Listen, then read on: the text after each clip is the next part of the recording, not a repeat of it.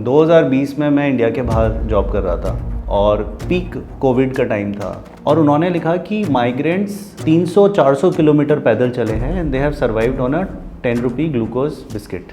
ये मैं इतना ट्रिगर हो गया कि ये एक प्रॉब्लम है जो मैं सॉल्व करूँगा।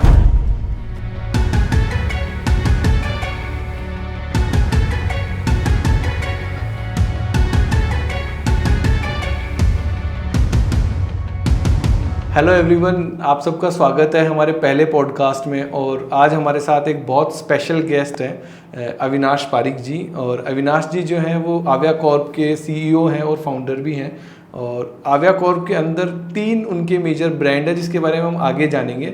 बट मैं आपको एक ज़्यादा इम्पोर्टेंट ब्रीफ देता हूँ कि अविनाश जो है वो एक एडवर्टाइजिंग बैकग्राउंड में इन्होंने बहुत साल काम किया है और वो करके उसके बाद में इन्होंने सोचा कि नहीं, मुझे अपना बिजनेस शुरू करना है। और वो भी इन्होंने जो कैटेगरी जो इन्होंने चुना है और जिस एरिया में ये काम कर रहे हैं वो बहुत ही चैलेंजिंग है।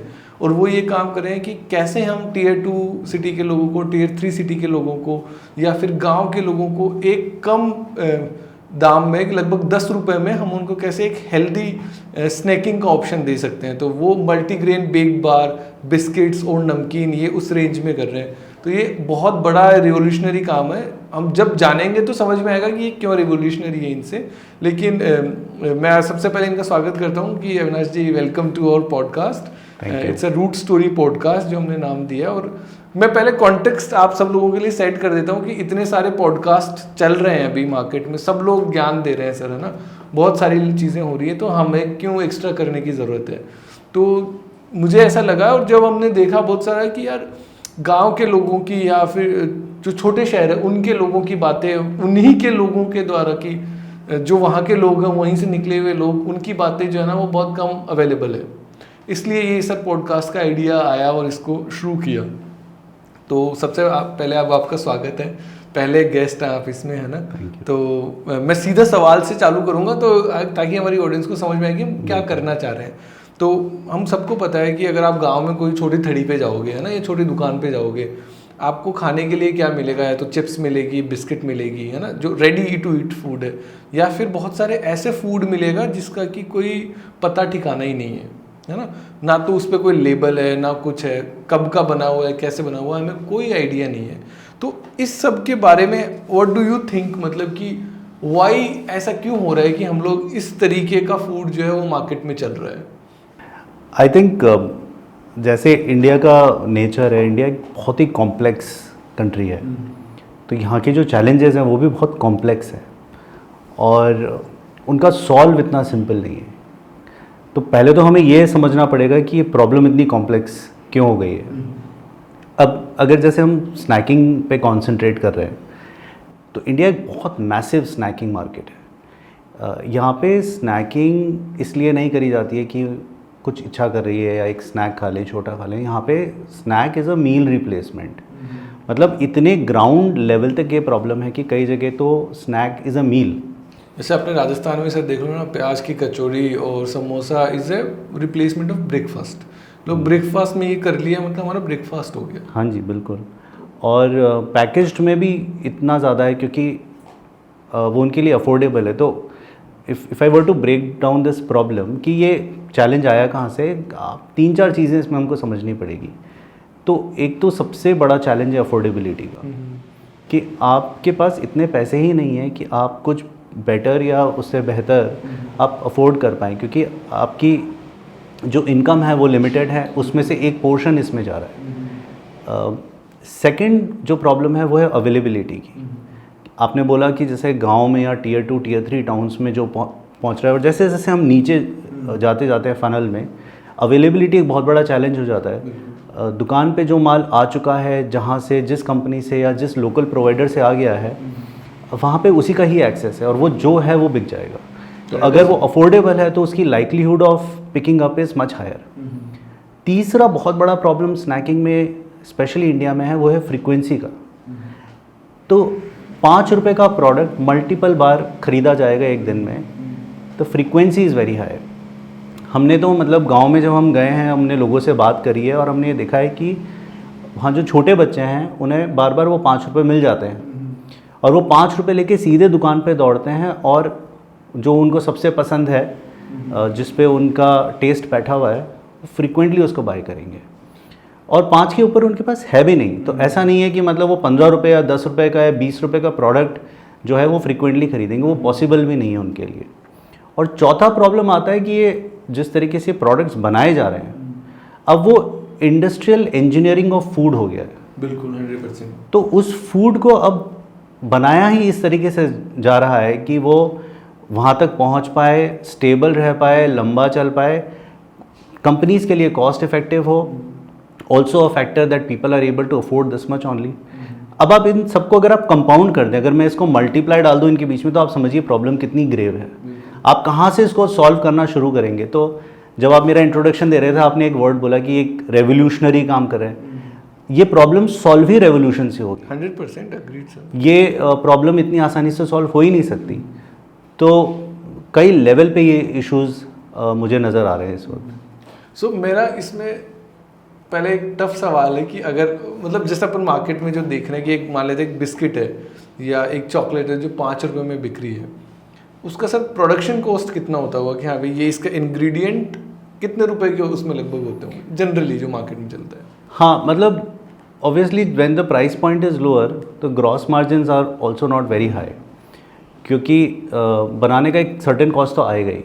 मार्केटिंग का कॉस्ट आएगा उसमें, फिर आपको अपना प्रॉफिट निकालना है, डिस्ट्रीब्यूशन। हाँ, बहुत सारे हैं, ट्रांसपोर्टेशन का कॉस्ट आता है, and still you have to make it viable, the company has to make it viable. 100%। But volume play है उनका। तो कुछ प्रोडक्ट्स हैं जो पेनिट्रेशन प्रोडक्ट्स हैं, रिक्रूटमेंट प्रोडक्ट्स हैं, जिनसे आपका वॉल्यूम प्ले आता है, तो वहाँ पे आप बल्क में बेच के थोड़ा कमाते हो, और बाकी वैल्यू प्ले होता है जहाँ पे आपकी टारगेट ऑडियंस छोटी है।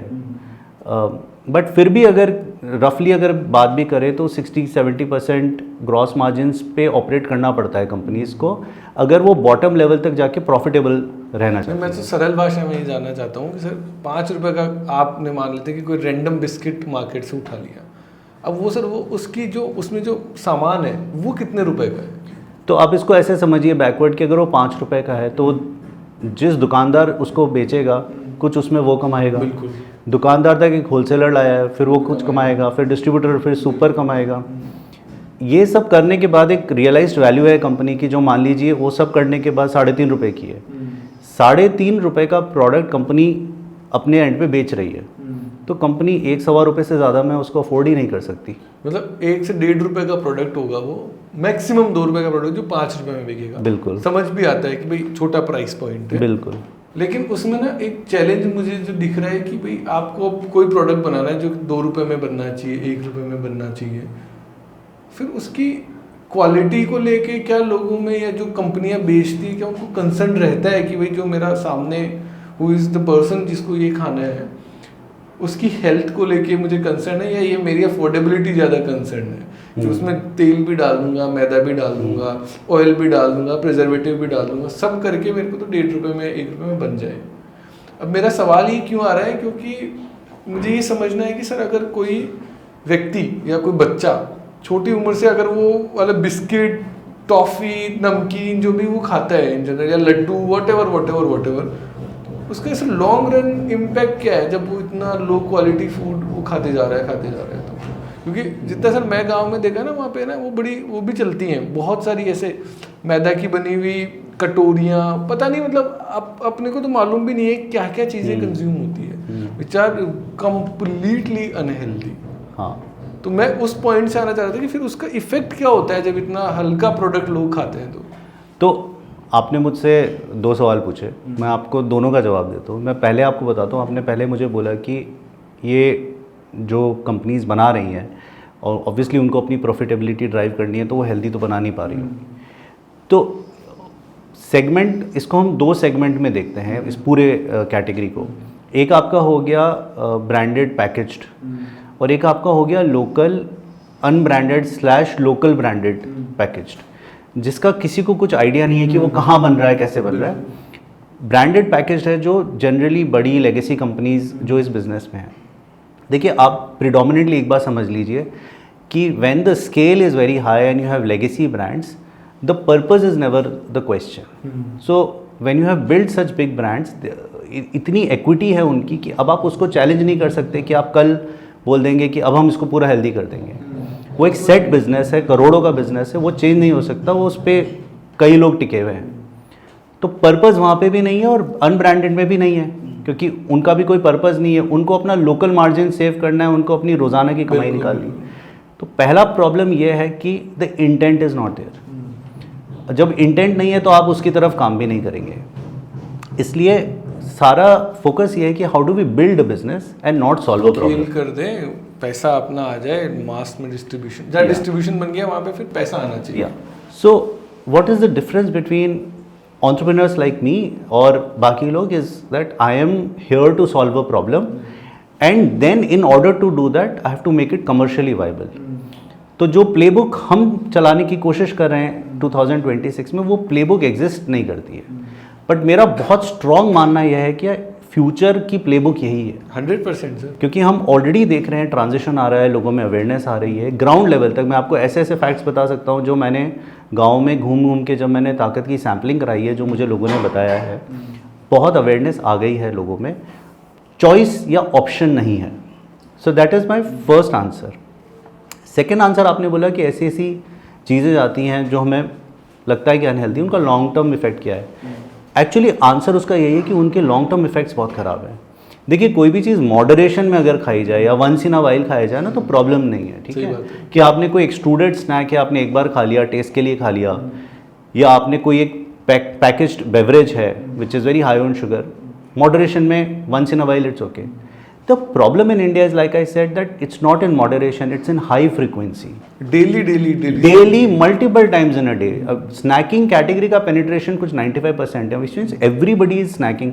हम अगर आज अपना दिन देख लेंगे ना, हम will end up snacking at least twice. 100% चाय के साथ कुछ आ जाएगा, रास्ते में रुके कुछ ले लिया, किसी चाय की थड़ी पे रुक गए तो एक फ्राइड नमकीन का पैकेट ले लिया। मतलब बहुत ज़्यादा डीप रूटेड है ये प्रॉब्लम। तो सारे ही लॉन्ग टर्म इफेक्ट्स हैं। अब होता क्या है कि किसी भी स्नैक का जो कॉम्पोजिशन है, जो उसके की ड्राइवर्स हैं, वो 3 या 4 चीज़ें हैं। एक तो फैट, दूसरा है सॉल्ट, फिर है शुगर, और फिर है आपके टेस्ट एनहेंसर्स या कलर्स या जो भी प्रिजर्वेटिव भी उसी में आ जाएंगे, सब कुछ उसमें आ जाएगा। ये चारों हमारे को एक साइकोलॉजिकल इम्पैक्ट देते हैं, जिसकी वजह से हम स्नैकिंग ज़्यादा करते हैं। So fat is like your carrier. कोई भी चीज़ आप फैट में इंक्लूड करके बनाएंगे तो उसका टेस्ट, उसका टेक्सचर, उसका कलर, उसकी रिपीटेडनेस को वो इन्हांस कर देगा।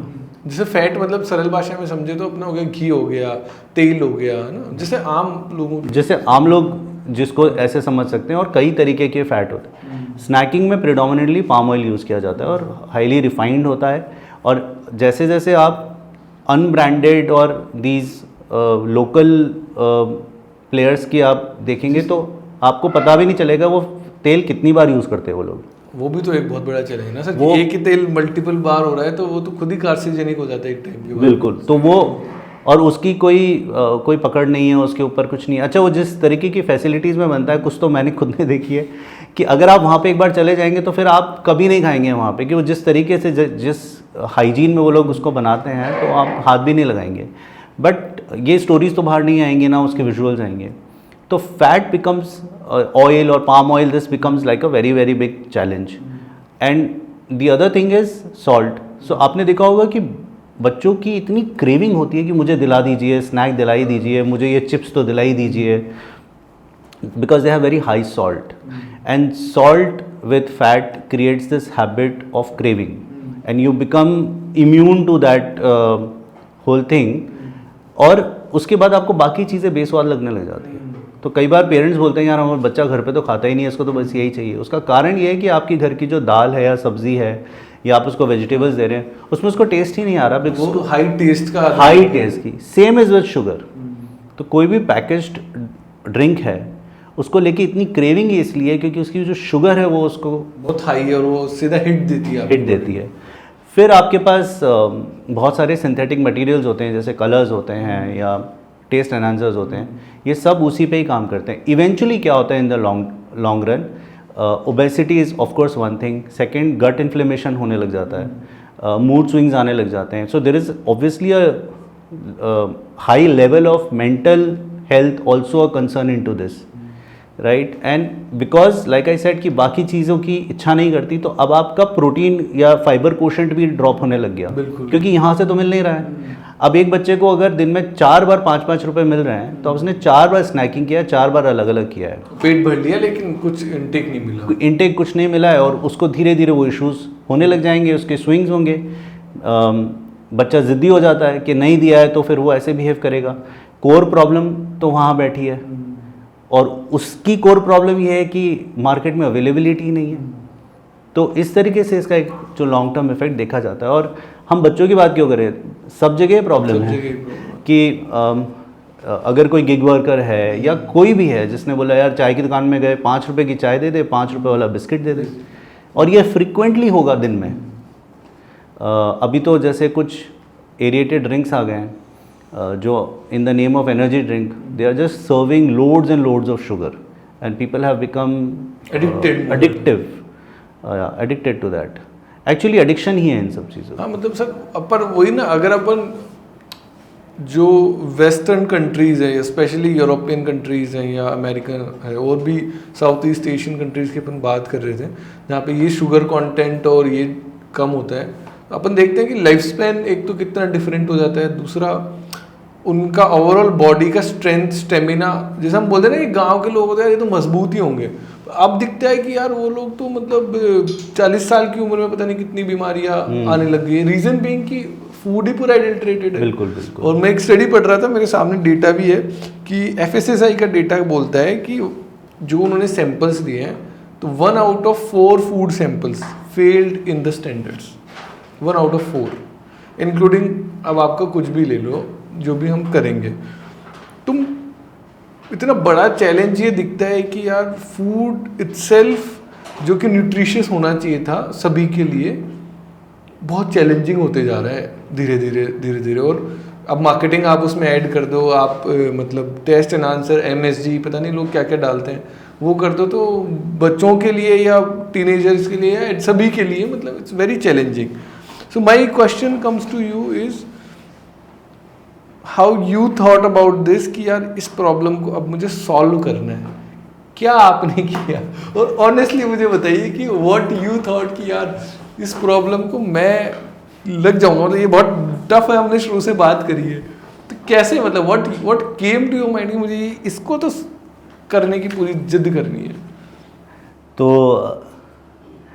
तो इसकी एक्चुअली इसकी स्टोरी मतलब मैं कई बार बता चुका हूँ। इसकी जो स्टोरी है वो आती है 2020 से।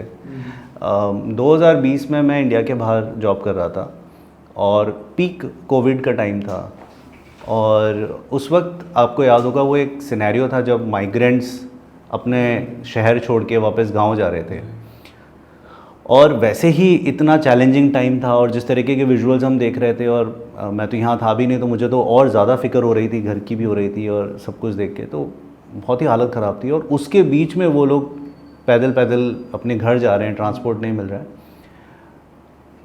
तब एक उन दिनों में एक न्यूज़ रिपोर्ट आई थी with one of the biggest news broadcasting companies, और उन्होंने लिखा कि माइग्रेंट्स 300-400 किलोमीटर पैदल चले हैं and they have survived on a 10 rupee glucose biscuit. और पता नहीं क्यों वो मुझे बहुत ट्रिगर कर गया उस वक्त। मुझे बस उस वक्त एक ही ख्याल आया कि हम इतनी अच्छी इतनी वेल एजुकेटेड और advanced country which is doing so much in every sector, ऐसा क्यों है कि मतलब अभी भी हमारे पास 10 रुपये में कोई हेल्दियर प्रोडक्ट नहीं है। तो मुझे ऐसा लगा कि यहाँ पे मुझे कुछ करना चाहिए। मैं इतना ट्रिगर हो गया कि ये एक प्रॉब्लम है जो मैं सॉल्व करूँगा, and I think it just destiny that idea happen to me. It could have just pass through, निकल जाता मेरे जहन में से और मैं वापस अपने काम पे लग जाता, पर वो निकला ही नहीं। वो इतना ज़्यादा मेरे को घर कर गया कि मैंने उसी दिन बैठ के ताकत का कॉन्सेप्ट लिखा, और पता नहीं कैसे मेरे दिमाग में आता रहा कि ये करेंगे, ऐसे बनाएंगे, ये डालेंगे, और मैं बहुत क्लियर था कि मुझे 10 रुपये में बनाना है, क्योंकि प्राइस पॉइंट बहुत इंपॉर्टेंट फैक्टर है। क्योंकि मैं आता हूँ एक बहुत ही स्ट्रॉन्ग कंज्यूमर मार्केटिंग बैकग्राउंड से, तो मुझे तो एक सेकंड लगा ये बात समझने में कि ये जो प्रॉब्लम है ये कोई सिर्फ माइग्रेंट या गिग वर्कर्स या लोएस्ट कैटेगरी ऑफ इनकम तक सीमित नहीं है। This is a 90% of India problem. और ये हम बात करें 2020 की, उसके बाद तो thankfully you know there has been so much awareness and a lot of digital brands came in, but I still feel that the core of the problem has not been solved. क्योंकि जब तक आप वो 80-90 करोड़ हिंदुस्तानियों के लिए कोई problem solve नहीं करोगे, वो तो प्रॉब्लम सॉल्व नहीं होगी। Because the haves have it, right? The have nots का जो प्रॉब्लम है वो बहुत इंपॉर्टेंट है। तो मैं वहाँ से मुझे बहुत ट्रिगर हो गया था और मुझे लगा कि मैं इसी फील्ड में जाके कुछ काम करूँगा। और फिर भी मुझे 2 साल लगे इसको शुरू करने में, और फिर हमने धीरे धीरे अलग अलग तरीके के प्रोडक्ट्स पे काम किया। फाइनली जाके हमने ताकत को लॉन्च किया and then we been building on it. So that was my personal story.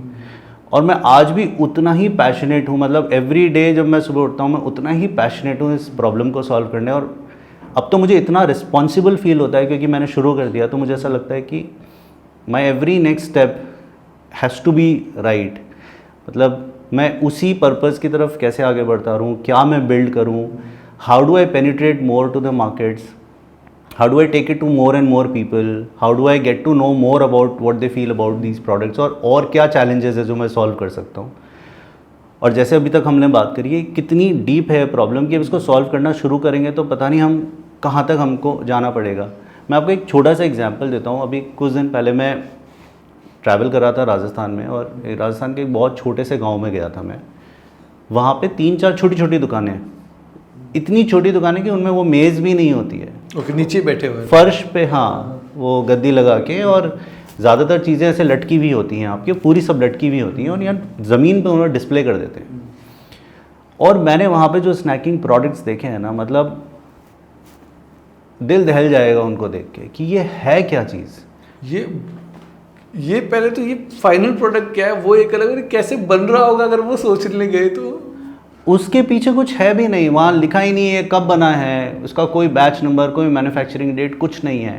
But they are amazing marketeers. मतलब हमको ऐसा लगता है कि बोर्ड रूम में जिनके 20-25 साल का मार्केटिंग एक्सपीरियंस है वो बहुत शार्प होंगे। ये बड़े अमेजिंग मार्केटियर्स हैं, इनकी जो कंज्यूमर नॉलेज है उनको पता है कैसे बिकेगा। वो इतना बड़ा पैकेट आप कैसे दे रहे हो 5 रुपये में, उनको इतनी इंटेलिजेंस है कि उसको वैल्यू चाहिए। तो इंडियन कंज्यूमर आप किसी भी सेगमेंट में चले जाओ, वो वैल्यू फॉर मनी ही ढूंढेगा, उसको वैल्यू चाहिए, वो उसको वैल्यू देते हैं। बच्चों के लिए वो ऐसे ऐसे प्रोडक्ट बनाते हैं उसके अंदर से गिफ्ट निकलता है, that's an amazing value. And imagine कितनी बार बच्चा जाके वो बार बार लेगा क्योंकि उसकी क्यूरियोसिटी है उस गिफ्ट के लिए, और साथ में तो वो खाएगा ही। मैंने अजीब अजीब से प्रोडक्ट देखे, कुछ वो पाइप्स आते हैं एक्सट्रूडेड, और वो इतने सारे होते हैं। फिर बहुत सारी अलग अलग तरीके की फ्राइड चिप्स आती हैं, बहुत अलग शेप में, अलग अलग कटोरी, पता नहीं whatever. And the packaging is amazing, it's so interesting that you want to keep it. तो मैं लेकर भी आता हूँ you know samples. Chocolates is a massive problem. वो चॉकलेट्स हैं ही नहीं, कुछ भी नहीं है चॉकलेट के नाम वो मतलब इट्स एब्सोल्यूट डिज़ास्टर। मतलब वो पर 5 रुपए में वो इतना मोटा वेफर के ऊपर वो बोलते हैं चॉकलेट लगा के दे रहे हैं, उसको खोलिए उसमें स्मेल आ रहा है, वो ग्रीसी है, और उसके अंदर जिस तरीके से वो बनाया गया है, क्योंकि अब हमारी समझ आ गई, हम बनाने लगे हैं, तो हमें लगता है कि यार मतलब you should not even be serving this, but ये जा रहा है नीचे तक। तो मुझे अभी भी लगता है, मैं इतना पैशनेट हूँ इसको लेके कि मैं अगले 20-25 साल जब तक मैं अच्छे से काम कर पाऊँगा, 40 साल तक कर पाऊँगा, तो मैं ये प्रॉब्लम सॉल्व करता रहूँगा। और बहुत ही कंज्यूमर ड्रिवन अप्रोच के साथ करूँगा कि तुम्हें जो चाहिए मैं वो लेकर आऊँगा, ना कि मेरे लिए क्या प्रॉफिटेबल है, कहाँ से मेरे मार्जिन्स बढ़ जाएंगे। मुझे ऐसा लगता है अभिषेक कि अगर मैं प्रॉब्लम को शिद्दत से सॉल्व करूँगा तो बाकी सब चीज़ें अपने आप हो जाएंगी हमारे लिए, लोगों का इतना प्यार मिल जाएगा हमें। बट उन तक पहुँचाना is a very big responsibility, and I think that is what you know still excites me. And I think that's what basically I told about कि यार ये रिवोल्यूशनरी क्यों है। दिस इज़ द रीजन कि इतना टफ प्रॉब्लम है, इतना distribution का इतना बड़ा गेम जो है, उसमें अपने आप को लेके आना, इस प्राइस पॉइंट के साथ टिके रहना, विद क्वालिटी टिके रहना इज़ अ बिग थिंग। तो उसी में मेरा एक छोटा सा सवाल ये है कि जब यू स्टार्टेड, आपने ट्रायल किए शुरू में, है ना, जो कल का स्टोरी भी आपने एक डाला था, तो वो क्या चैलेंज रहा वो प्रोडक्ट बनाना कि हाँ यार मैं इस प्राइस पॉइंट में, जब हमने देखा कि 5 रुपये का प्रोडक्ट है, लोग 1 रुपये में बना रहे हैं या उससे भी कम में बना रहे होंगे, हम नहीं जानते, कैसे आपने 10 रुपये में उस प्रोडक्ट को हेल्दी बनाया, उसका क्या चैलेंजेस आए, और जब इतना आपने एक फैक्ट्री सिस्टम लगाया जो कि ऑटोमेटिक पूरा सिस्टम और क्वालिटी जहाँ पूरी मेंटेन्ड है, वो कैसे वहाँ तक कि how was the journey, what was your main challenge?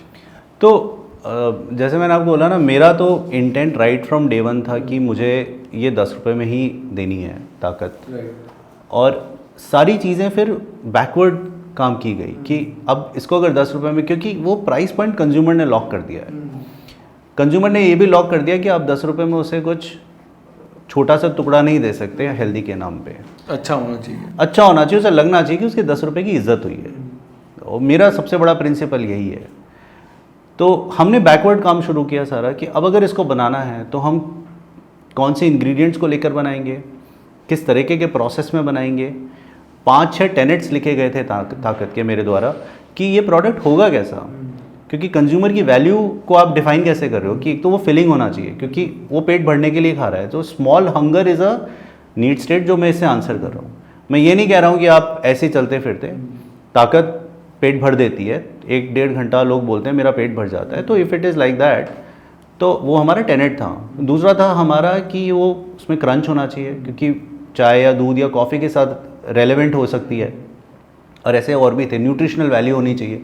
तो जब हमने बनाना ही शुरू किया तो सबसे पहले तो जो हमने कौन से इंग्रेडिएंट्स हम यूज़ करेंगे, हमने उसकी एक बहुत बड़ी फहरिस्त बनाई, फिर उसके अगेंस्ट हमने उसकी प्राइसिंग, उसकी nutritional value, protein value, fibre value, वो करने के बाद फिर हमने उसमें से इंग्रेडिएंट सेलेक्ट किए जो हमारे लिए cost effective but high on nutritional value थे, और वहाँ से हमने बनाना शुरू किया। तो जाके हमारा प्रोडक्ट ऐसा बना कि हमको लगा कि अब ये कमर्शियली वायबल भी है, कि हम, हाँ ऑफ कोर्स हम चाहते तो उसमें बहुत सारे कॉर्नर्स कट कर सकते थे कि हम उसकी साइज़ कम कर देंगे, या कुछ उसमें हम चीप डाल देंगे, या हम कुछ बाकी कंपनीज जैसे करती हैं कि वो बड़ा सा लिख देंगी हाई फाइबर, पर होता उसमें मैदा भी है अंदर, वो सब नहीं करना था।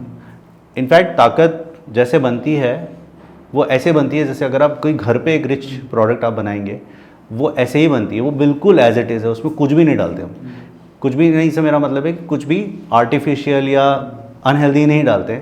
मल्टीग्रेन डालते हैं 5 तरीके का, उसका आटा होता है, उसमें कुछ नट्स एंड सीड्स जाते हैं, अलग अलग वेरिएंट के अलग अलग नुआंसेस हैं। तो जैसे आमंड डिलाइट हमारा जो बहुत अच्छा चलता है, उसमें हम आमंड डालते हैं एक्चुअली, और उसके बाद में उसको हम जैगरी और खांडसारी से स्वीटन करते हैं, तो हम रिफाइंड शुगर नहीं डालते, मैदा नहीं डाल रहे हैं, इस तरीके से पाम ऑयल बिल्कुल यूज़ नहीं करते हम, और फिर हम उसे बेक कर देते हैं। बेक करने के बाद वो एक कुकी बार बन जाती है।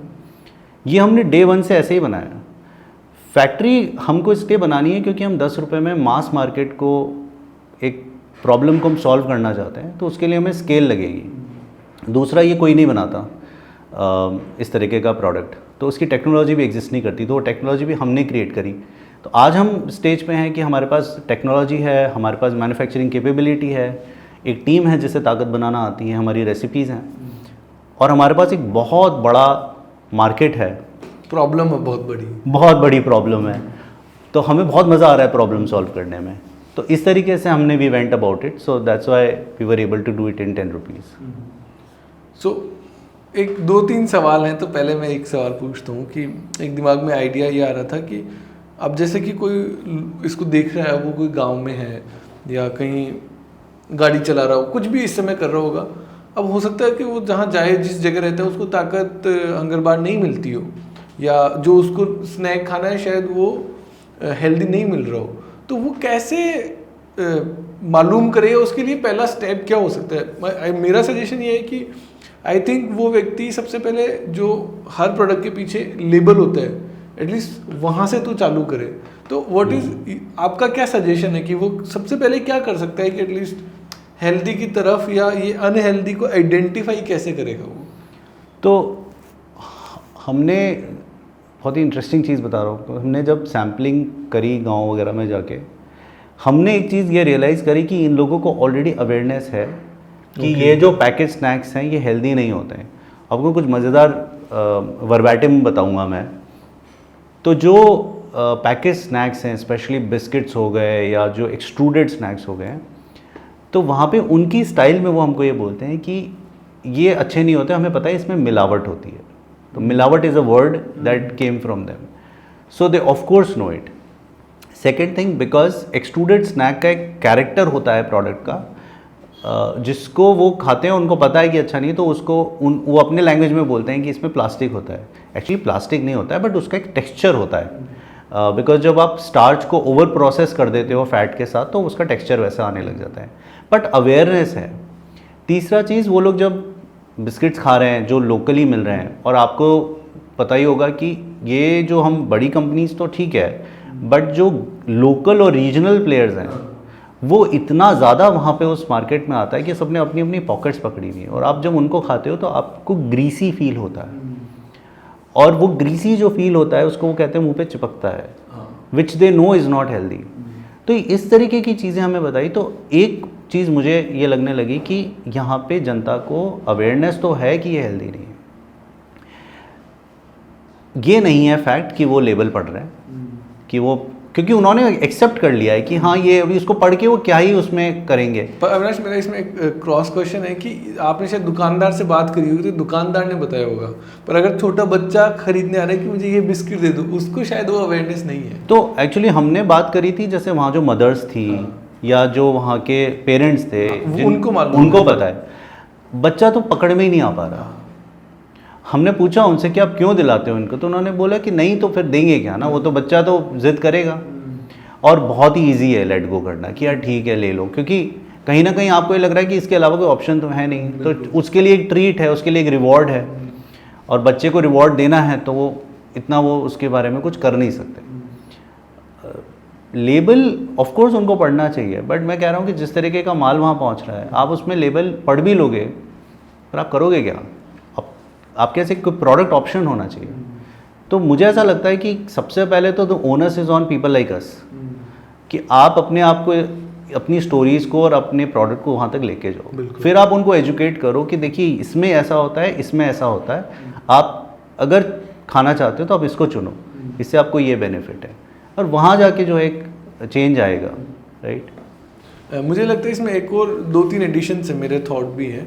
एक तो मुझे लगता है कि लेबल पढ़ना ऐसा है कि एटलीस्ट आपको पता तो रहेगा कि इसमें पीछे क्या क्या डला है। तो जब आप एज ए मदर या है ना, एज ए पेरेंट या एज ए मतलब एडल्ट आप अगर वो करते हो तो आपको समझ में आता है यार ये 5-7 चीज़ें हैं जो कि शायद मैं मेरा घर पे खाना बनाता हूँ तो नहीं डालता हूँ, तो ये है, तो ये अच्छी भी हो सकती है और ज़्यादा चांसेस वो बुरी ही होंगी, मतलब मेरी हेल्थ के लिए। तो जिसमें जितना कम हो वो मेरे लिए बेटर है, तो वो एक चॉइस उसके लिए है।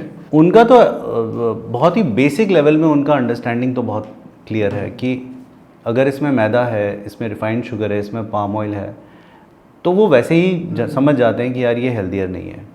और उसके अलावा तो बाकी सब वो पीछे वो देखेंगे तो जानते हैं कि ये नहीं है।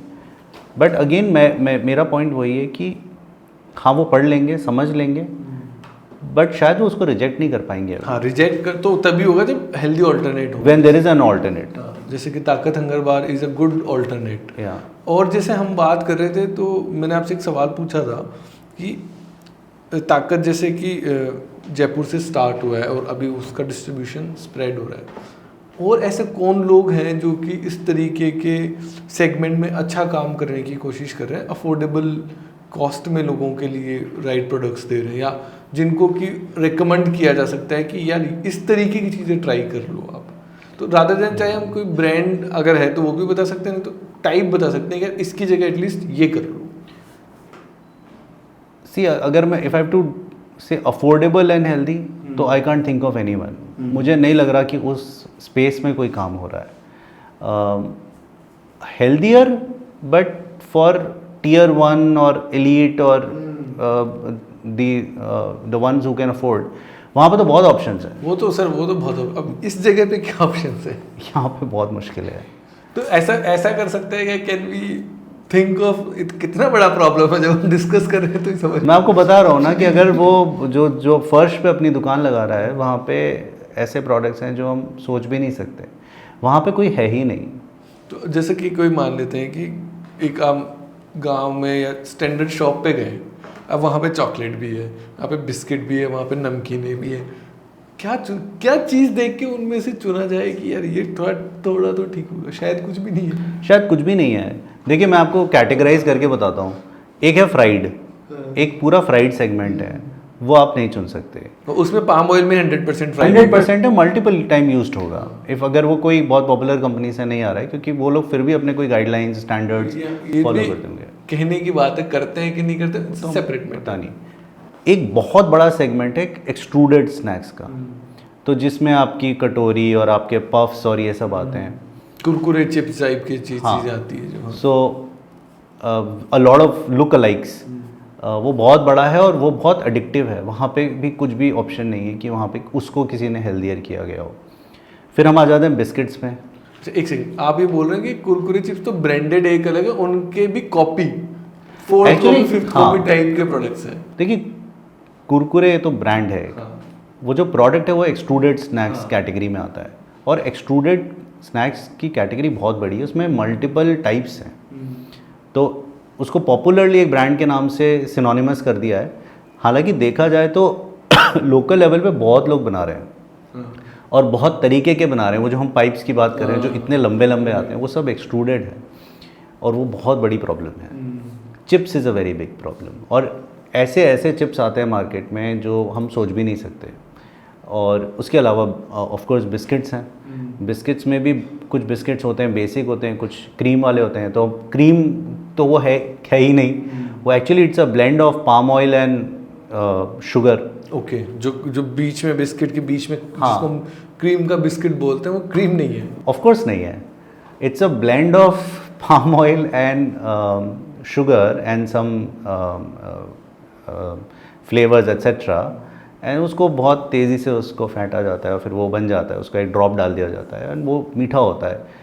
तो क्रीम रोल के अंदर भी वही जाता है। तो इस तरीके की चीज़ें हैं, तो वहाँ पे आपके पास कोई ऑप्शन नहीं है। बहुत सारे स्टिक्स आते हैं, उनमें कोई ऑप्शन नहीं है। तो चॉकलेट्स और चॉकलेट्स, अब देखिए 5 रुपये में इतनी लंबी चॉकलेट आती है, कैसे दे सकता है कोई, आपको पता ही है। तो वो है ही नहीं चॉकलेट, वो फैट है प्लस रिफाइंड शुगर है, थोड़ा सा कोकोआ होगा उसमें और बहुत सारा आर्टिफिशियल फ्लेवर होगा, कलर होगा उसमें, और वो बना दिया जाता है। ये सब चीज़ें वहाँ पे पहुँच रही हैं। तो इसलिए मैं कह रहा हूँ कि जब तक शॉप पे कोई ऑप्शन ही नहीं होगा उसके पास to even for switchers to move, जैसे हम मार्केटिंग में कहते हैं कि बहुत सारी सेगमेंट्स होते हैं कंज्यूमर के, तो मैं कह रहा हूँ आप बाकी सब छोड़ दीजिए जो एडिक्टिव हैं, जिनको टेस्ट के पीछे जा रहे हैं, या जिनको एक सेगमेंट तो होगा जो बोलेगा कि मेरे को मौका मिलेगा तो मैं स्विच कर लूँ। उस स्विचर के लिए कोई मौका ही नहीं है। और मैं हमेशा ये चीज़ कहता हूँ कि अगर हम सिर्फ स्विचर्स को भी कन्वर्ट कर लेना तो then also it can become a massive business because the opportunity is so big.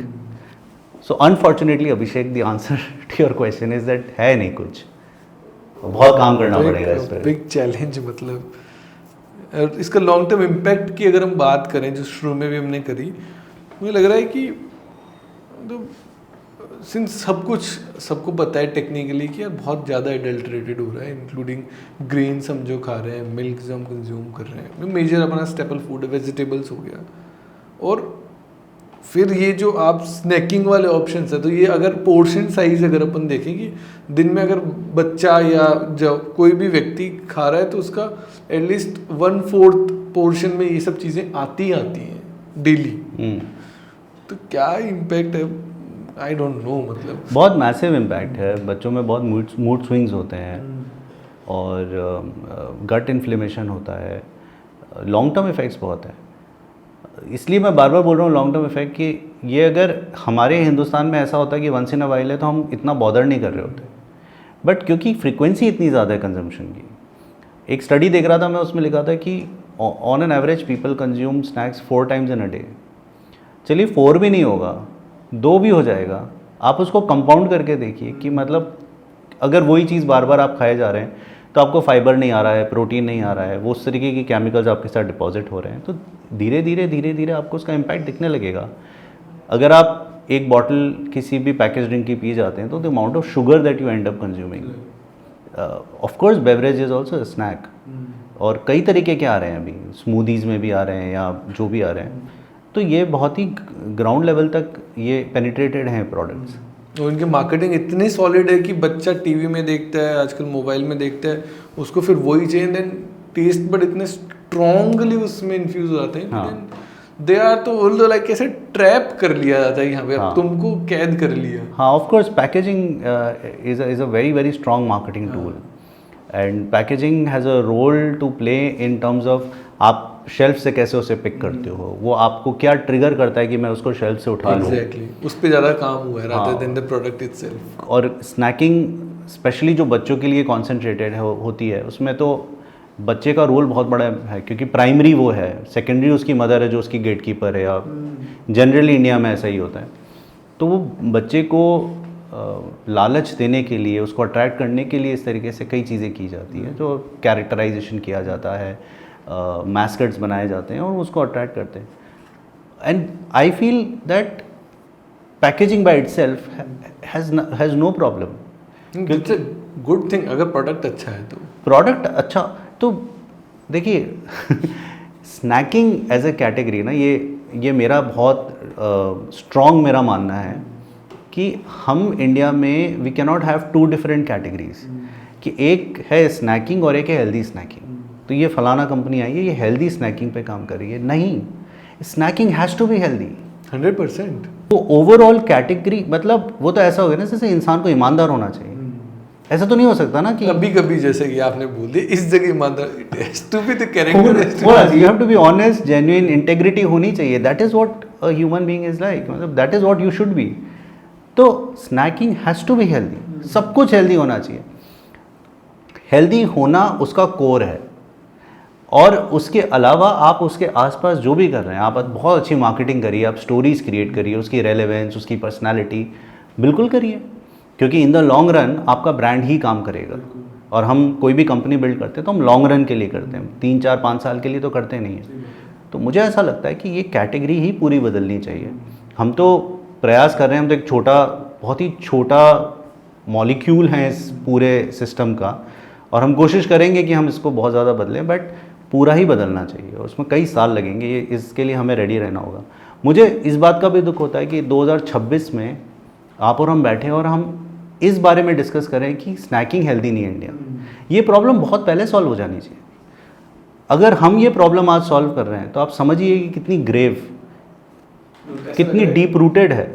और इसके अब जब अब लोग थोड़ा अवेयर होना पोस्ट कोविड चालू है, क्योंकि अब उसके इम्पैक्ट जो है ना दिखने लगे हैं। क्योंकि पोस्ट मेरे ख्याल से 90s के बाद में ये सब ज़्यादा मार्केट में फ्लड हुआ था ये सब चीज़ें, तो उनके जो अब इफेक्ट है वो अब दिखने लगे। जैसे मेरा बताऊँ तो पूरे बचपन वो एनर्जी ड्रिंक दूध में मिला के हमने पिया है बॉर्नवीटा, उसका विजिबली तो कोई इम्पैक्ट नहीं था, बस वो इतना स्ट्रॉन्ग मार्केटिंग था कि हाँ यार ये नहीं पियेंगे तो पता नहीं क्या नहीं मिलेगा बॉडी को। लेकिन अब जब समझते हैं तो मालूम चलता है कि उसमें ऐसा कुछ भी नहीं था, it was just majorly purely marketing. हाँ, of course lot of them actually, sugary drinks of course, all of them. तो it's a big scenario overall. ये दाल में काली जैसी चीज़ नहीं दिख रही है मुझे, लग रहा है पूरी दाल ही काली है ये, दाल में कुछ काला नहीं है। सो हाउ, मतलब आपको क्या लगता है कि कैसे अपन नेक्स्ट 10 साल में आपको लगता है ये प्रॉब्लम सॉल्व कर पाएंगे? नहीं, मुझे तो नहीं लगता कि 10 साल में प्रॉब्लम सॉल्व होगी। ऑब्वियसली इसकी speed of change will become faster, क्योंकि एक तो communication has become much easier now. So in the digital world आप अपना मैसेज बहुत तेज़ी से ले जाते हो, जो पहले नहीं होता था। तो एक तो ये है कि आप बहुत अच्छे से कम्युनिकेट कर सकते हो, लोगों को बता सकते हो, लोगों तक अवेयरनेस जा सकती है। Second, distribution was a massive challenge in India, which is now slowly becoming not such a big challenge, because again आपके कनेक्शंस हैं, आपके ट्रांसपोर्टेशंस हैं, रोड्स हैं, और चैनल क्रिएट हुए हैं। तो जैसे आप एक सुपर है, उसके नीचे फिर आप एक मार्केट का डिस्ट्रीब्यूटर लगाएंगे, फिर अगर आपको नीचे तक जाना है तो वो फिर आपको एक सब डिस्ट्रीब्यूटर मिल जाएगा, फिर आगे होलसेलर, चैनल क्रिएट हो गया है।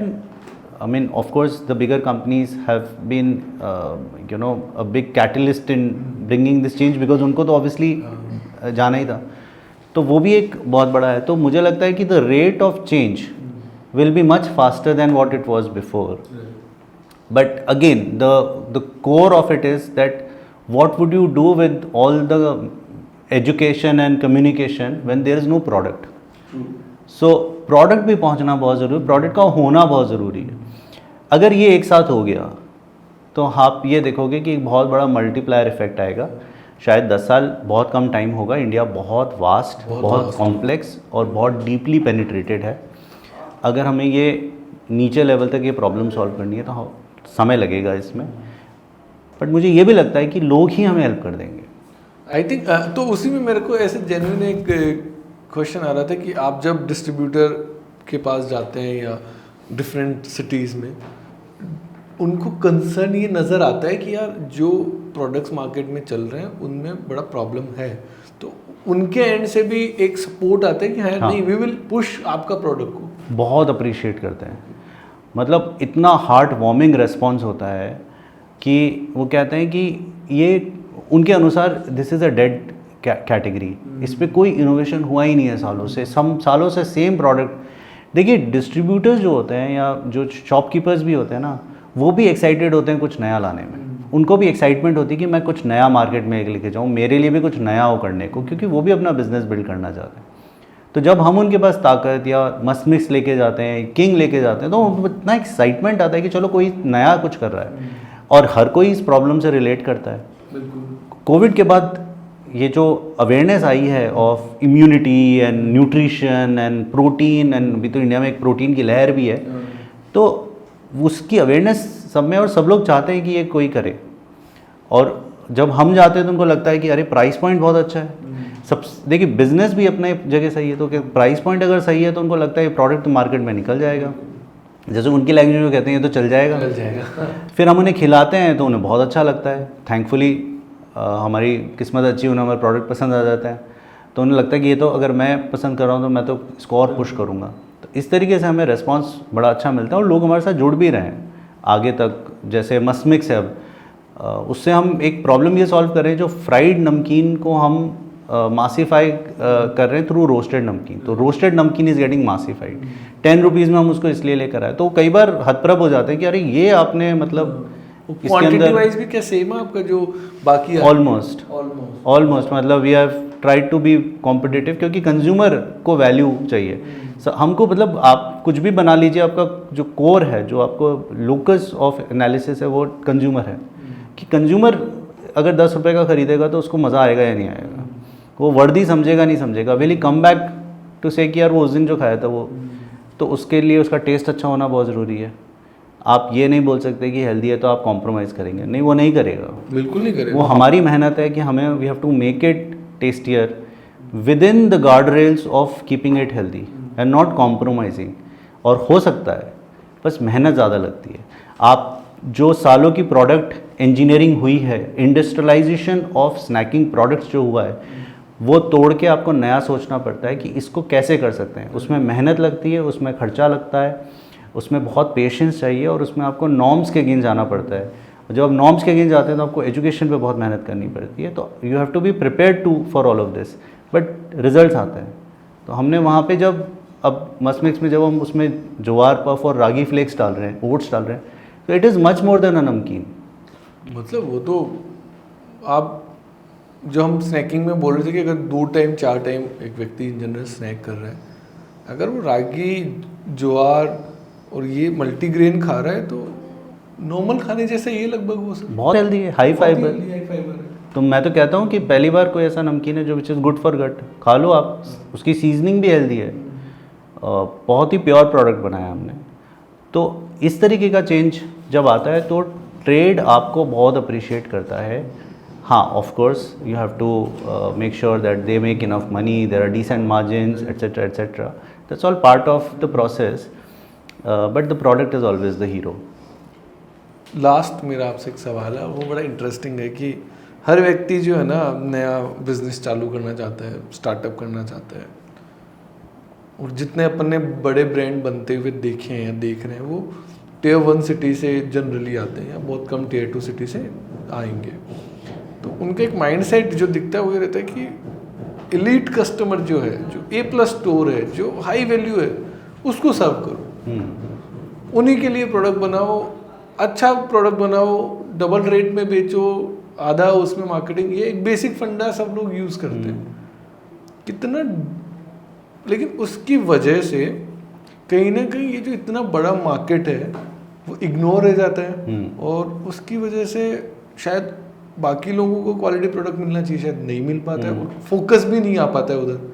तो ये शिफ्ट कैसे आएगा, जैसे कि हाउ ताकत के जैसे आविया कॉर्प के जैसे और लोग या और ब्रांड्स किस तरीके से निकल जा सकते हैं, उसके लिए what do you think is the way? So देखिए, पहले तो ये समझना पड़ेगा कि जो हो रहा है या जो एलीट कस्टमर के लिए जो टारगेटिंग हो रही है वो क्यों हो रही है, पहली बात तो। और दूसरा है कि जो जिस तरीके से हम काम कर रहे हैं वो करने के लिए क्या लगेगा। तो देखो क्या है कि end of the day somebody is putting in their money and they want returns on that money and they want to build a business. Making something जो एलीट ऑडियंस के लिए है, जो टॉप टियर के लिए है, वो इसलिए होता है क्योंकि आप बोलते हो कि मेरा पहला रिटर्न कैसे आएगा। बिल्कुल। क्योंकि आपके पास वो भी बहुत बड़ा ऑडियंस है। ऐसा नहीं है कि इंडिया तो मतलब बहुत मैसिव है ना, तो वो भी एक अच्छा बड़ा ऑडियंस है और उसके पास पैसा भी है और वो खर्च भी करना चाहता है।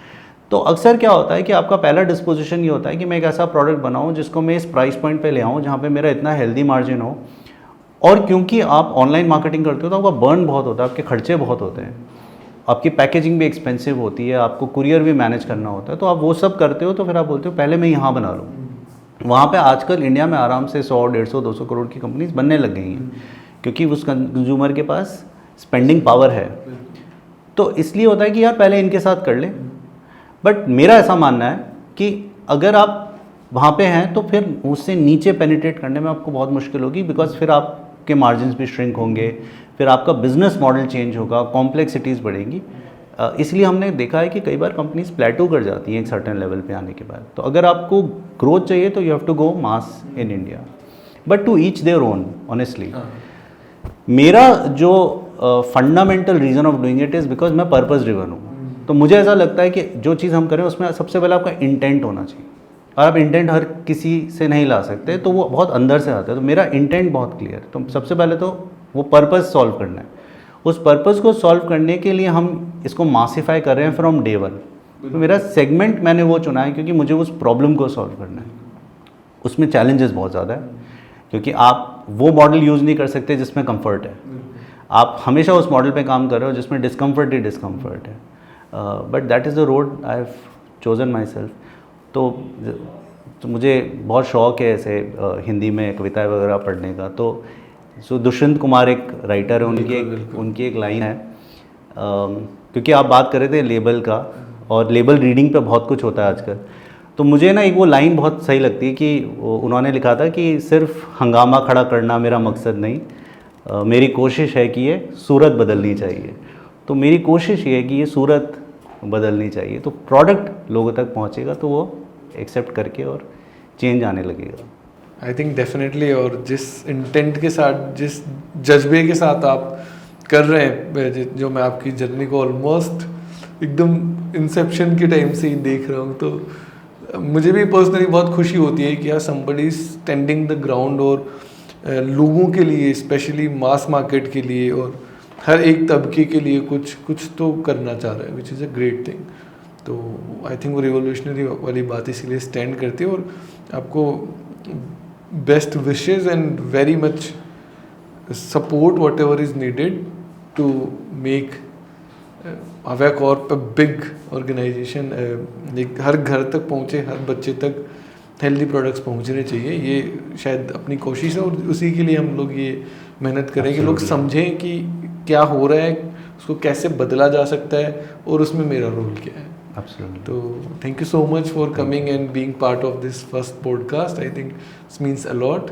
एंड आई ऑल्सो से तो जो ऑडियंस इसको देख रही है उनको भी मैं बोलना चाहूँगा कि एक बार अपना भी रिसर्च खुद करें कि हम कैसे अपने घरों में और ज़्यादा हेल्दियर प्रोडक्ट्स ला सकते हैं, कैसे हम जो मैदा, फैट, सॉल्ट और शुगर, इनको कैसे हटा सकते हैं अपनी लाइफस्टाइल से, और कैसे बेटर प्रोडक्ट्स जैसे ताकत के प्रोडक्ट्स हैं, मस्त मिक्स है, किंग है, इस तरीके के प्रोडक्ट्स को कैसे हम हमारी लाइफस्टाइल में ला सकते हैं। एनीथिंग आप? No, I am very very thankful, आपने बुलाया आपके पॉडकास्ट में और हमने इतनी अच्छी बातें करी, और I wish you all the best. और मैं ये उम्मीद करूँगा कि ये हमारा जो मैसेज है बहुत लोगों तक जाए, और जैसा आपने बोला कि वो अब कोशिश करना शुरू करें कि वो अपने आप को और अवेयर करें और एक्सप्लोर करें कि वो खुद उनके लिए बेटर क्या है। आई थिंक वो एक्सप्लोरेशन ही, और आई थिंक थोड़े टाइम में उनको मालूम चल जाएगा कि हाँ ये एग्जिस्ट करता है हमारे लिए। हाँ, तो फिर वो धीरे धीरे चेंज आना शुरू होगा। बिल्कुल। तो that's great, thank you so much. अब नेक्स्ट पॉडकास्ट आप देखिए, उसमें बहुत सारी और नई नई चीज़ें लेके आते रहेंगे इसमें। थैंक यू सो मच, अभी इतना ही बात करेंगे, फिर कभी और रिकॉर्ड कर लेंगे उसको। बिल्कुल, thank you so much. Thank you so much. दोस्तों, अगर आपको लगता है कि हम कुछ अच्छा कर रहे हैं और हम लोग गाँव के लिए, छोटे शहरों के लिए कुछ शानदार कंटेंट बनाने की कोशिश कर रहे हैं, तो मैं चाहता हूँ कि आप भी हमारे साथ इसमें जुड़े। Thank you so much, please like and subscribe.